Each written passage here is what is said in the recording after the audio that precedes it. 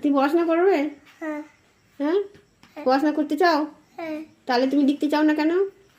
গল্প। ঘরে লিখবে? হ্যাঁ। বড় হতে চাও? লেখাপড়া না করলে তো বড় হওয়া যায় না। তো ওরম করছে কেন? হ্যাঁ। ওরম করছে কেন? করছে কেন? করবে না? তোর নাম কি জানো? উবিদার। বাবার নাম কি? দুদার। আর মার নাম? দুদার। মার নাম কি? দুদার। মার নাম কি? মার নাম শুভ দাস।